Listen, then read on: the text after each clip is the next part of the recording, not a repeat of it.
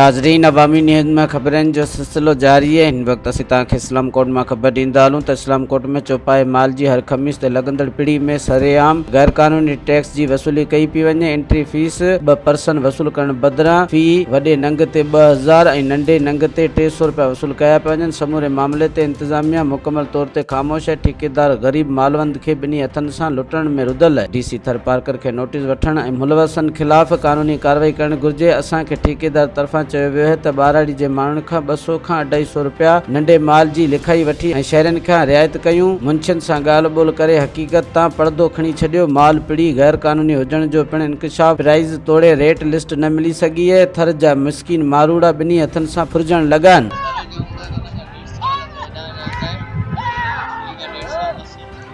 200 रुपया 150